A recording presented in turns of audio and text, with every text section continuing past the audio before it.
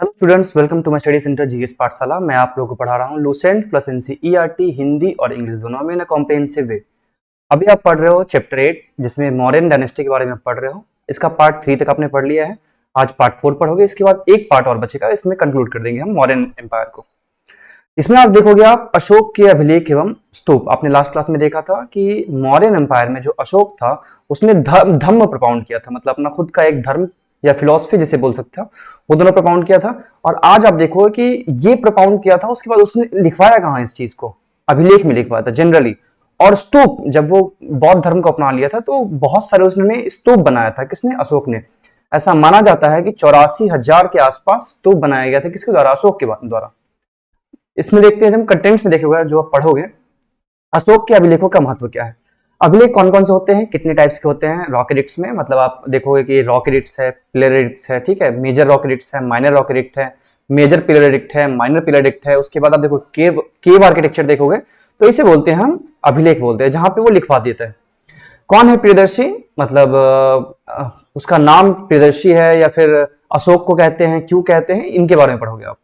Next देखोगे आप कि अभिलेखों में इस्तेमाल हुए भाषा और लिपि, मतलब आप देखोगे कि जो लैंग्वेज यूज हुए थे, जो आप इंस्क्रिप्शंस देखोगे उसमें कौन से लैंग्वेज यूज हुए थे और कौन से स्क्रिप्ट यूज हुए थे, दोनों को आप देखोगे। लैंग्वेज स्क्रिप्ट में फर्क भी दिखाऊंगा आपको क्या होता है।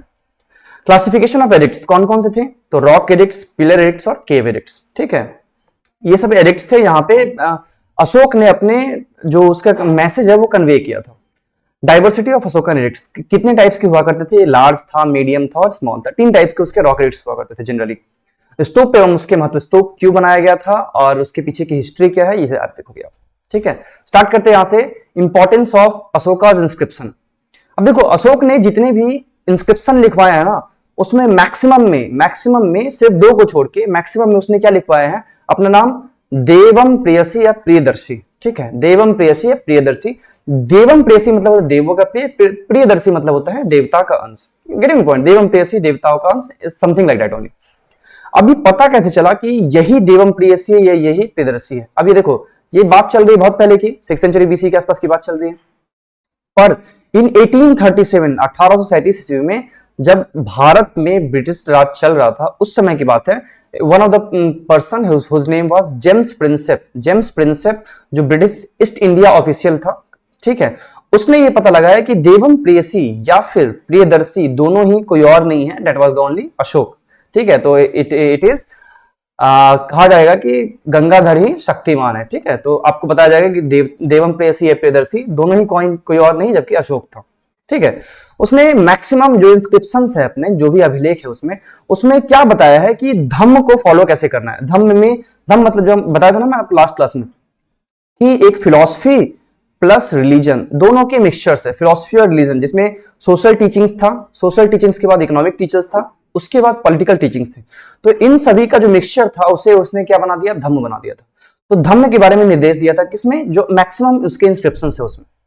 इसके अलावा जो इंस्क्रिप्शंस बचते हैं, मतलब उसमें क्या मैसेज कन्वे किया है, तो चूंकि वो बौद्ध धर्म अपना चुका था, तो बौद्ध के बारे में बताया था कि बौद्ध धर्म क्या कहता है, क्यों कहता है, आपको उसके मुख्य विचार क्या है, वो सब चीजों को फॉलो करना है।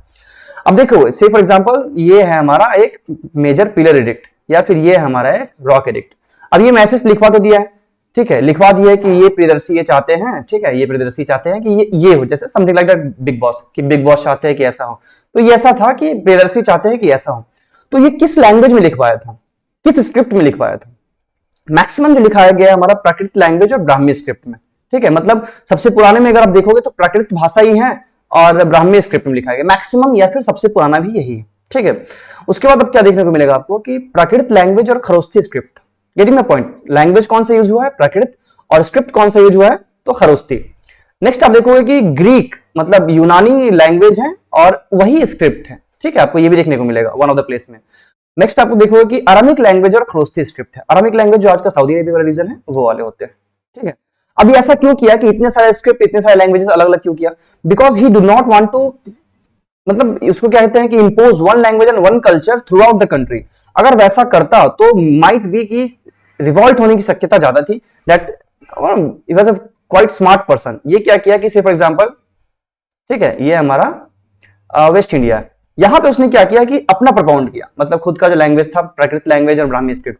पर यहां जब नीचे की तरफ देखोगे ना, तो वो यहां पे क्या करता है कि द्रविड़ीय लैंग्वेज, यहां पे क्या था कि खुद का लैंग्वेज प्रपाउंड नहीं करता है, जो उनके लैंग्वेज थे, कौन सा, ग्रीक लैंग्वेज, यूनानी लैंग्वेज, क्योंकि यहाँ पे योना रहा करते थे, आपको पता होगा योना, मैंने बताया था।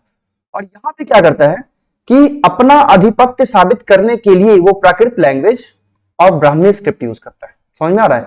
पता था कि ये तो कुछ करेंगे नहीं, रिवॉल्ट यहाँ साउथ इंडिया से होगा, तो इसलिए अपना इंपोजिशन दिखाने के लिए वो ऐसा करते हैं। समझ में आ रहा है?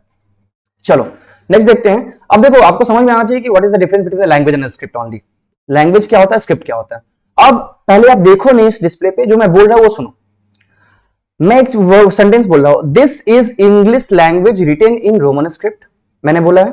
सेकेंड लाइन में फिर से बोल रहा हूं, this is English language written in Devanagari script. अब आप समझने की कोशिश करो कि जो मैं बोला हूं वो लैंग्वेज है, जो भाषा है, तो जो मैं बोल रहा हूं, तो जो आप सुन पा रहे हो, दैट इज लैंग्वेज ओनली, ठीक है। और जिस तरीके से मैं लिख रहा हूं वो स्क्रिप्ट होती है। जैसे देखो, मैंने ये चीज बोला, this is English language written in Roman script. Language कौन सा बोला मैंने, इंग्लिश। ध्यान दो, लैंग्वेज इंग्लिश है, स्क्रिप्ट कौन सा है, तो ये जो ROMANNET समथिंग लाइक दैट, ये सारे रोमन स्क्रिप्ट है। अब सेम चीज मैं बोलता हूं फिर से एक बार, this is English language written in Devanagari script. जब मैं बोल रहा हूं वो कौन सा लैंग्वेज है, इंग्लिश लैंग्वेज है, पर जिसे लिखा हुआ है द, स, ई, ज, स, ग, ल, श, ये सभी चीज क्या है, ये सब स्क्रिप्ट है। तो ये सब देखना देवनागरी स्क्रिप्ट में, क्लियर है। तो स्क्रिप्ट और लैंग्वेज में यही फर्क है। देखो नेक्स्ट एग्जांपल, ये रोमन स्क्रिप्ट में लिखी हुई हिंदी भाषा है, मतलब जो मैं बोल रहा हूं वो भाषा है, और लिखी हुई किस चीज में है, वो A to Z, जो A से Z तक जो स्क्रिप्ट में लिखा गया है, रोमन स्क्रिप्ट में जो भाषा में ये स्क्रिप्ट है उसमें लिखा गया है। नेक्स्ट है, ये देवनागरी स्क्रिप्ट में लिखी हुई हिंदी भाषा है। फिर से देखो, मैं बोल रहा हूं वो भाषा है, और जिस तरीके से लिखा गया है वो स्क्रिप्ट। तो आपको ये क्लियर होना चाहिए कि what is the difference between script and the language anymore. चलो अब देखो, मैंने आपको पहले ही बताया कि प्राकृत लैंग्वेज और ब्राह्मी स्क्रिप्ट में यूज किया था सबसे पहला और सबसे अधिकांश यही था।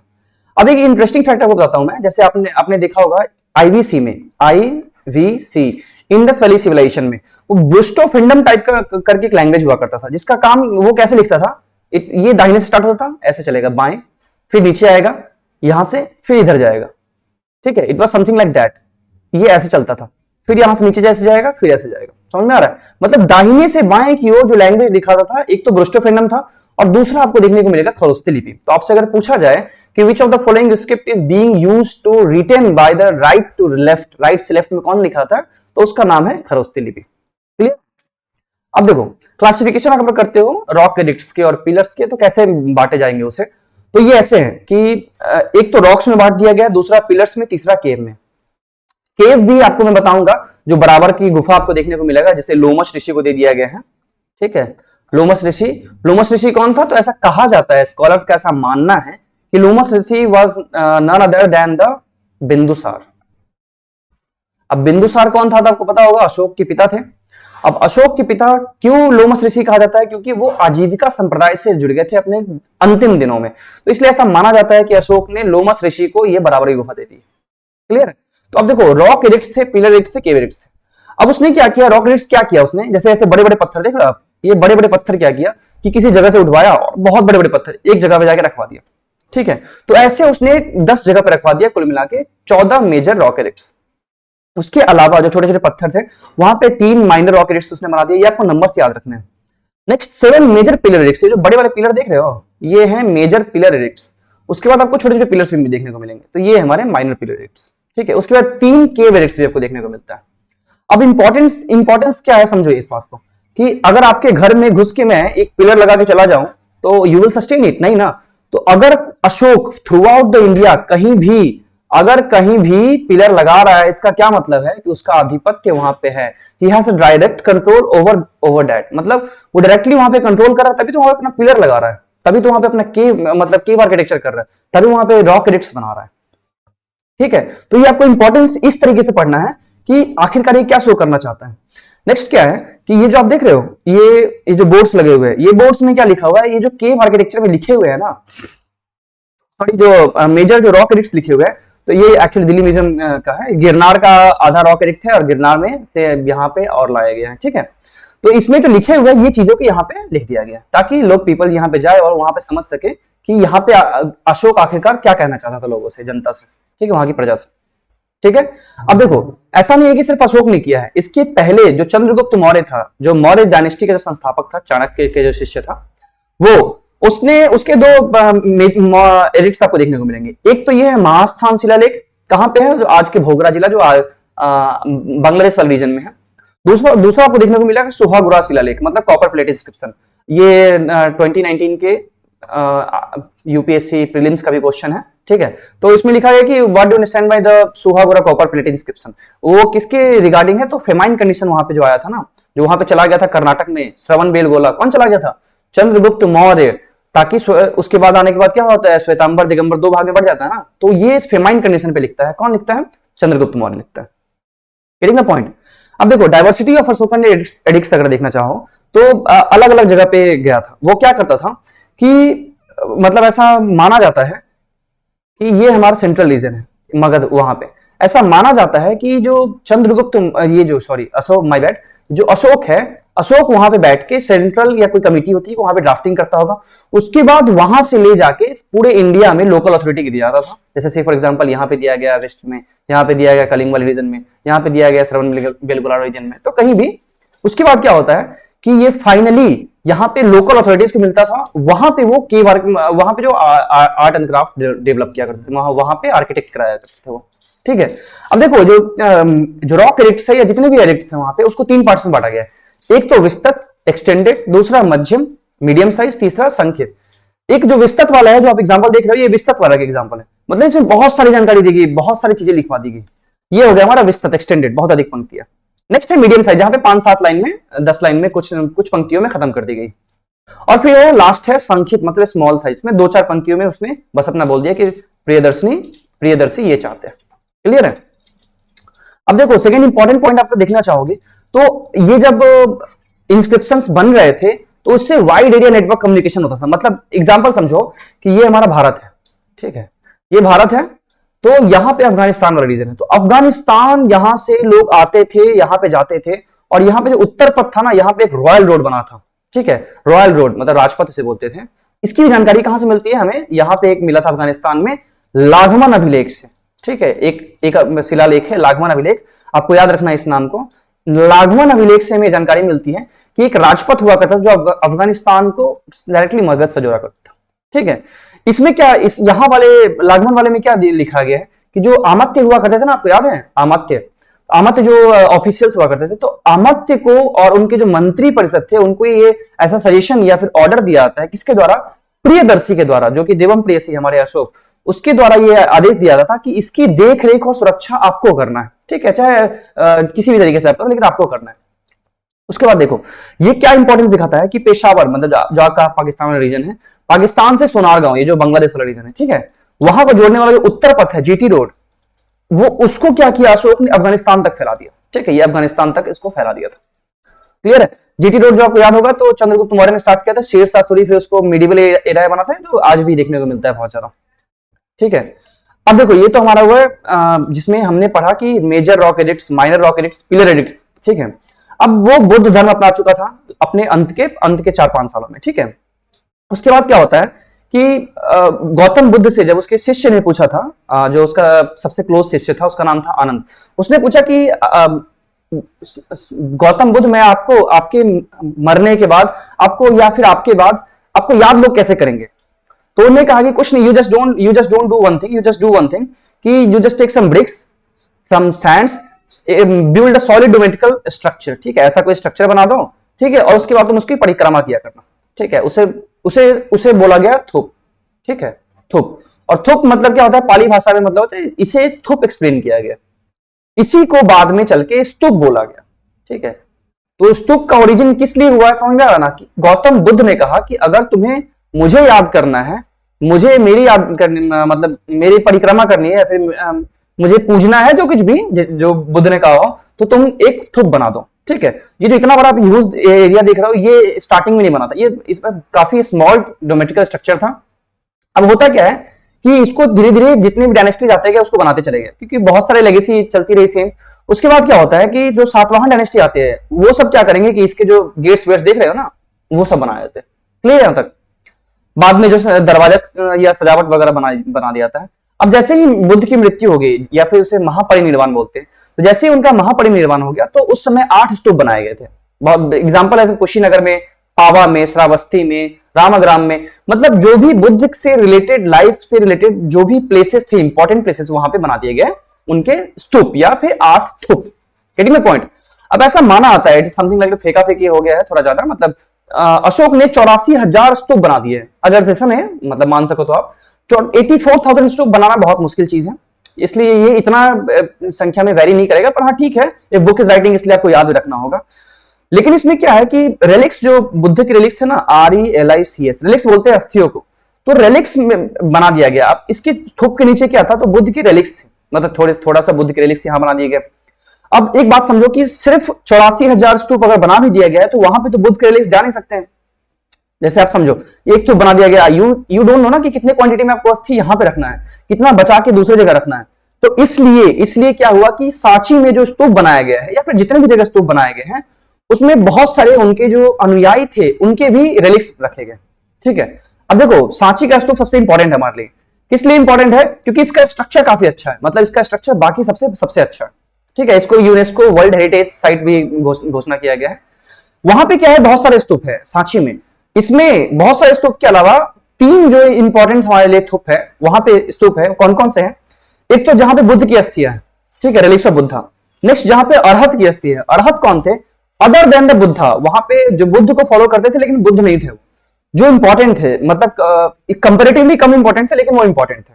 ठीक है, तो अरहत की अस्थियां। नेक्स्ट है सरीपुत्र महामुगलन्ना की अस्थियां, वो भी हमारे बुद्ध के अनुयायी हुआ करते थे। ठीक है, तो स्तूप का पूरा का पूरा कॉन्सेप्ट समझ में आ गया है कि आखिरकार स्तूप बनाया किस लिए गया था। ये सांची का है स्तूप है, ठीक है, जो मोस्ट इंपॉर्टेंट है। देखो कुछ क्वेश्चंस करते हैं, उसके इसको कंक्लूड करेंगे हम। ठीक है, तो फर्स्ट क्वेश्चन हमारा क्या कहता है कि अभिलेखों में से किस शासक का उल्लेख प्रियदर्शी एवं देवनाम प्रियसी के रूप में किया गया? कौन था वो? उसका नाम था अशोक, जिसे अपने आप को देवम प्रियसी या प्रियदर्शी कहा है। चंद्रगुप्त मौर्य नहीं है, अशोक हाँ सही है, समुद्रगुप्त भी नहीं है और हर्षवर्धन भी नहीं है। ठीक है, very easy question. Next, Ashok का अपने शिलालेखों में सामान्यतः जिस नाम से उल्लेख हुआ है वह है, अशोक ने अपने आप को किस नाम से उल्लेख किया? एक तो प्रियदर्शी, दूसरा देवम प्रियसी। ठीक है, तो आप दोनों देख लेते हैं कौन सा है। चक्रवर्ती नहीं है, धर्मदेव नहीं है, धर्मकीर्ति नहीं है, प्रियदर्शी ये है। ठीक है, तो आपको समझ में आ गया। ये सारे इजी क्वेश्चंस है, जब आप पीपीटी देखोगे ना, जब आप मेरे लेक्चर्स देखोगे तो आपको समझ में आ जाएगा it is quite easy question anymore. Ashok के शिलालेखों इंस्क्रिप्शन में भाषा प्रयुक्त है। अब देखो कौन कौन सी भाषा यूज करता है वो। एक तो प्राकृत भाषा यूज करता है, उसके बाद वो क्या करता है कि खरोष्ठी लिपि, प्राकृत भाषा। उसके बाद वो क्या करता है कि आरामिक लैंग्वेज यूज करता है, आरामिक लैंग्वेज यूज करता है। उसके बाद वो ग्रीक लैंग्वेज यूज करता है। तो प्राकृत भाषा, आरामिक भाषा और ग्रीक लैंग्वेज। कौन कौन से हैं? संस्कृत भाषा यूज है नहीं है, प्राकृत हाँ सही है, पाली भाषा नहीं यूज किया था, हिंदी भाषा भी यूज नहीं किया था। तो ऑप्शन नंबर बी हो जाएगा। क्लियर है?